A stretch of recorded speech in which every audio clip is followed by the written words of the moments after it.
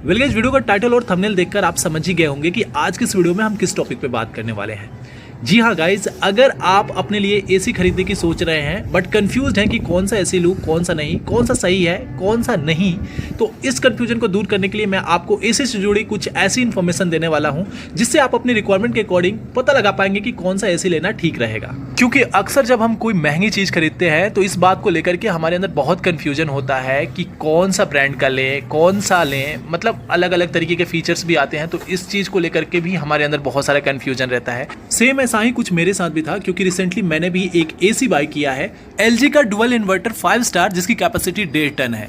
So guys, यहाँ पे मैंने 3 टेक्निकल वर्ड यूज किए, 5 स्टार, डुअल इन्वर्टर और 1.5 टन। ये जो 3 वर्ड है, अगर मैं इसको एक्सप्लेन करता हूं तो आपके अंदर से आधा कंफ्यूजन दूर हो जाएगा एसी खरीदने को लेकर के। सो सबसे पहले बात करते हैं एसी की कैपेसिटी की। आपने अक्सर सुना होगा कि ये 1 टन का एसी है, ये 1.5 टन का है, ये 2 टन का है।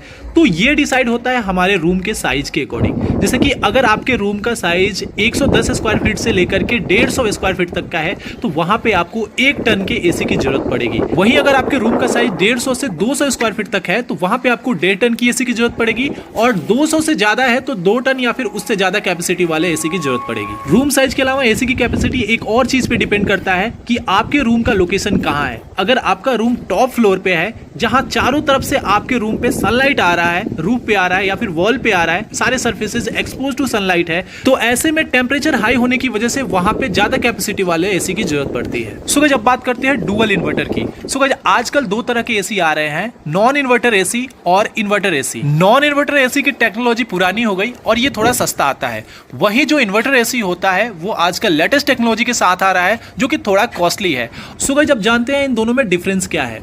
सो गाइस, जो नॉन इन्वर्टर एसी होता है वो कन्वर्टेबल नहीं होता है, यानी कि जब आप उसे ऑन करोगे तो वो अपने फुल लोड के साथ चलेगा। यानी कि अगर आपका एसी 1.5 टन का है तो ऑन होने के साथ ही वो 1.5 टन की कैपेसिटी पे चलना शुरू करेगा। सपोज आपने एसी का टेम्परेचर 24 डिग्री सेट कर रखा है, सो जो नॉन इन्वर्टर एसी होगा वो ऑन होने के साथ ही अपने फुल लोड पे चलेगा। अगर आपका एसी 1.5 टन का है तो 1.5 टन की लोड पे चलेगा जब तक कि आपके रूम का टेम्परेचर 24 डिग्री सेल्सियस हो नहीं जाता।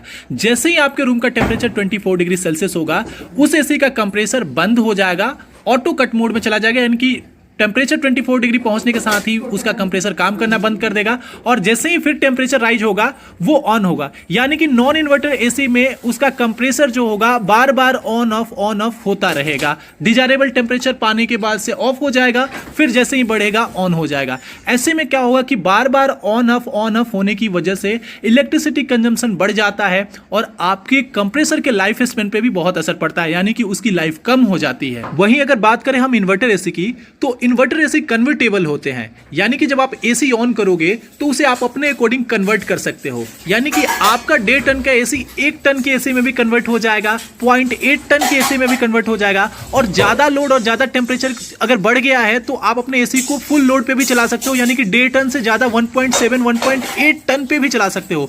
यानी कि ये एसी आजकल जो आ रहे हैं 6 in 1, 5 in 1, 4 in 1 करके आ रहे हैं, यानी कि आप अपने एसी को अलग अलग मोड पे चला सकते हो। इससे क्या होगा कि अगर आपने एसी का टेम्परेचर 24 डिग्री सेट कर रखा है तो आपका एसी जैसे ही ऑन होगा, आप अपने अकॉर्डिंग उसको किस मोड पे चलाना चाहते हो सेट कर दो, और जैसे ही आपके एसी का टेम्परेचर 24 डिग्री सेल्सियस होगा, आपका एसी का कंप्रेसर बंद नहीं होगा, बल्कि आपका एसी जो होगा कम लोड पे चलने लगेगा और कम इलेक्ट्रिसिटी कंज्यूम करेगा। जैसे कि 1.5 टन का एसी 1 टन या 0.8 टन पे काम करने लगेगा। सो ये ज्यादा एनर्जी एफिशिएंट होता है, और जैसे कि मैंने बताया इसका compressor bar bar on off नहीं होता है, इस वजह से इसके कंप्रेसर की जो लाइफ होती है वो ज्यादा होती है as compare to non inverter.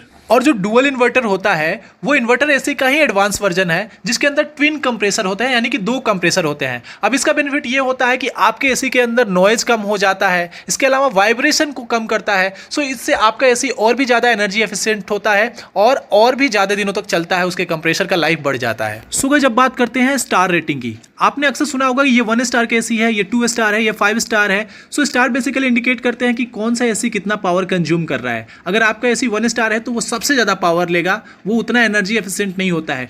2 star जो होगा वो 1 स्टार से कम एनर्जी लेता है, वैसे ही 3 स्टार 2 स्टार से कम लेता है, और जो 5 स्टार होता है वो बहुत ही ज़्यादा एनर्जी एफिशिएंट होता है, वो बहुत कम पावर लेता है। सो इनके प्राइस भी वेरी करते हैं स्टार्स के अकॉर्डिंग, जैसे 1 स्टार वाला सबसे सस्ता मिलता है और 5 स्टार जो होता है वो सबसे महंगा मिलता है। सो मैं आपको सजेस्ट करूंगा कि कम से कम 3 या 3 से ज़्यादा स्टार वाले इक्विपमेंट को ही खरीदें, फिर चाहे आप एसी खरीद रहे हो या फ्रिज। इसके अलावा एसी लेते वक्त एसी की बिल्ड क्वालिटी का खास ध्यान रखें, जैसे कि एसी के अंदर कॉइल किस मटेरियल का है, हमेशा कॉपर कॉइल के लिए एल्यूमिनियम का ना लें, क्योंकि एल्यूमिनियम में लीकेज की प्रॉब्लम आ सकती है। इसके अलावा जो आउटडोर यूनिट होता है उसके फिन्स और कॉइल के ऊपर कोटिंग कैसा है, आजकल blue coating, ocean black protection coating आ रहा है, जिसकी वजह से उसके ऊपर डस्ट स्लैग वगैरह रस्टिंग वगैरह का ये इशू नहीं होता है, जिससे आपके आउटडोर यूनिट की लाइफ बढ़ जाती है। इसके अलावा कुछ और भी बातें हैं जिनको आप कंसीडर कर सकते हो एसी लेते वक्त, जैसे कि आजकल के एसी के अंदर सेल्फ क्लीन टेक्नोलॉजी भी आ रहा है, एंटी बैक्टीरियल फिल्टर्स भी लगे होते हैं, और कुछ एसी जो होते हैं स्मार्ट एसीज हैं, वाईफाई कनेक्टिविटी के साथ आते हैं,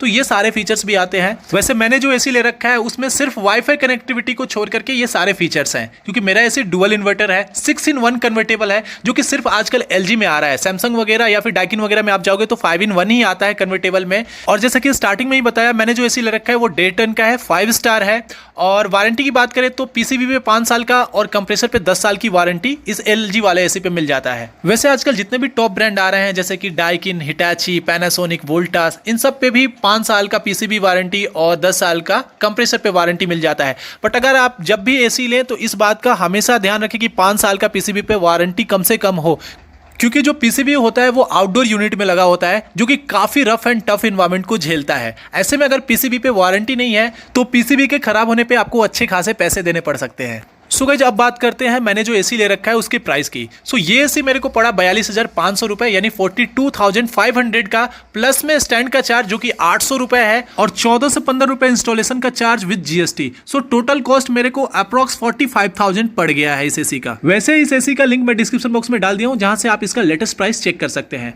और हाँ, इसका मॉडल नंबर है PSQ19HNJD, जिससे कि आप अपने नियरेस्ट मार्केट में भी इसका प्राइस पता कर सकते हैं। सो गाइस, होप कि अब आपका कंफ्यूजन दूर हो गया होगा और आपने भी डिसाइड कर लिया होगा कि आपको कौन सा एसी लेना है। सो गाइस, वीडियो पसंद आए तो वीडियो को लाइक करें और चैनल पे नया है तो चैनल को सब्सक्राइब करें। सो चलिए मिलता हूं अपने नेक्स्ट वीडियो में। Till then, bye bye.